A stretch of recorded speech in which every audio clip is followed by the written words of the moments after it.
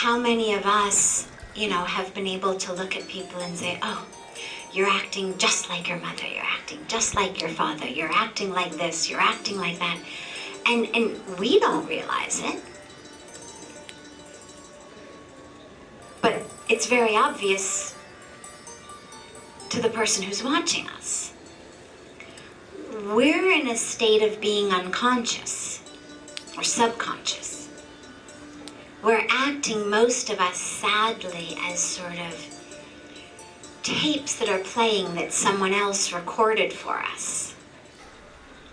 Our parents, our teachers, society, they fed all of this information into this blank tape. Now that tape is playing. And that's how we're acting. All of what we took in, particularly when we were children, has formed what we call our subconscious. And it's formed much of how we act, how we react. And that's why on a spiritual path, if we want, for example, to change anything, one of the most fundamental principles is being present, being aware, being mindful. And that's why all of the spiritual practices emphasize mindfulness, awareness, being in the present, because if you're not aware of what you're doing, you don't have any hope of changing it. And all of the, the mindfulness-based meditation practices, for example, have us doing the most mundane things, eating a raisin, drinking a glass of water, walking, in this very meditative, mindful way. Why? Well, because it's a lot easier to be mindful of eating a raisin than it is to be mindful of getting angry. The raisin is, the equivalent of kindergarten. But if I can develop a practice of being mindful eating a raisin or being mindful drinking a glass of water, then maybe someday I can also be mindful when I'm reacting out of anger. So that practice of being in the present moment enables us, it's the only thing that enables us not to be acting out of our subconscious. It's the only thing that enables us to be acting rather than simply playing a tape recorder.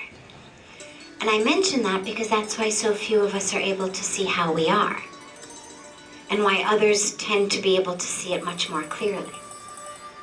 So being able, for example, to see that someone else has an apple tree in their future, because you're able to see that they are planting an apple seed.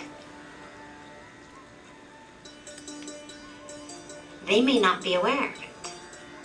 In their family, everybody planted apple seeds all the time. They've been planting apple seeds since they could walk. They can do it in their sleep. So mindlessly, unconsciously, they're planting apple seed after apple seed after apple seed. They're not even aware of it. But if you're in a state of mindfulness and presence, you're able to witness what they're doing, which is why in your dream, or in your meditation, or even just in a regular state of awareness, you can say, by the way, I noticed you've planted that apple seed. I thought you were allergic to apples. Are you really sure you want to be doing that? Wonderful. Intuition, instinct. We started to touch on this last night, and it's an important subject. I'll expand on it. We tend to think of intuition as something very, very special, very, very spiritual, as you said, a momentary enlightenment. And yet, it's actually something that we're born with. I gave the example last night of the caterpillar. A caterpillar's crawling on the ground, being a caterpillar. One day, some voice happens within it that says, climb a tree. Then the voice says, go out on a branch. I mean, I don't know how the voice comes, but something shifts in it one day that where it used to be happy crawling on the ground, now it's climbed a tree, it's gone out on a branch. Now the inner instinct says, weave a cocoon. Then the instinct says, now sit tight in this cocoon for a while. Then one day it says, now break out of this cocoon. Jump. This thing that's never jumped, jump, you can fly. I give the example because what we call momentary enlightenment is really just intelligence, wisdom, inner knowing. And every creature, every being on earth has it. No seed tries to sprout from underground in the middle of winter. Why do seeds sprout in the spring? Well, because if they sprouted in the winter from underground, the minute that very, very soft sapling hit the hard frosted ground, it would never be able to break through the dirt and actually get the sunlight. It would die. So somehow that seed has the intelligence not to sprout until the ground is soft, until it actually can make it through. Every piece of nature, plants, trees, insects, animals, there's an inner wisdom, an inner intelligence, an inner knowing. And it's impossible, inconceivable, that the divine creator would have given a wisdom to a seed and to a caterpillar and not to us. So we also know. Pujya Swamiji calls it our internal GPS. The problem is the mind and all the other voices, that it create a situation where we can't hear it. So in those very, very brief moments, and the reason it feels like enlightenment is what's happened in those moments is the other voices became quiet. And so we could hear that voice. That inner voice, that inner knowing, that intelligence, that wisdom, that GPS. And because the other voices were momentarily quiet, we had a taste, a touch of our true nature, which felt very much like we imagine enlightenment must feel like. But really all that happened was all of those voices became quiet enough that we could hear. And that's where all of our spiritual practices, why people who meditate a lot have a lot of intuition. It's not that intuition is somehow a bonus that you get from meditating, and the more you meditate, the more intuition you get. It's just that the more you meditate, the quieter the voices are, which means the more you can hear the inner voice. This is similar to what he was asking about, is that if you do, in our dreams, we tend to have one of two things happen, or one of three things. One, either we're working out what happened during the day.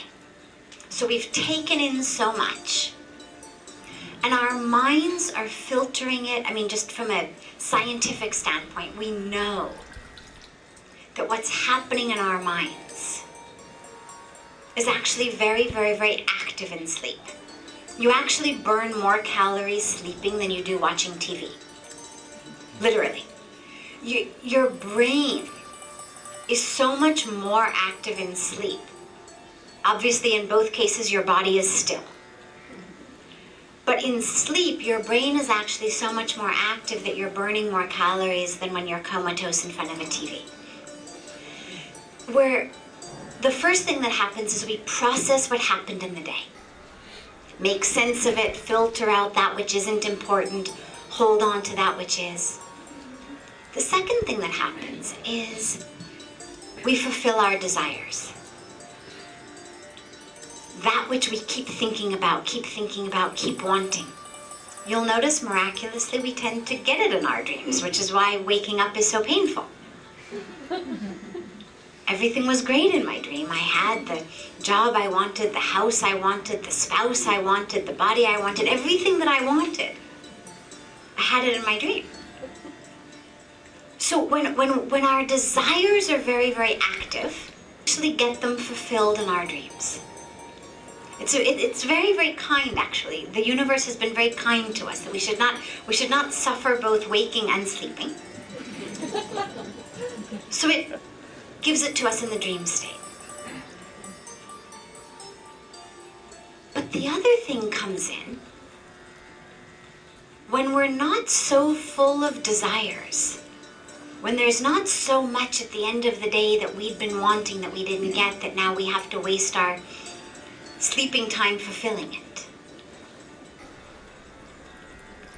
When that happens, then a state of quietness tends to come in our sleep. And when that comes, is when these sorts of dreams come. That's when the dreams come that seem to be prophecies, but that aren't actually prophecies. They're just getting us in touch with our intuition. They're getting us in touch with our awareness. They're allowing us to see. We've given our minds a break from having to constantly create dramas that fulfill our desires. And they're able to actually just show us what is.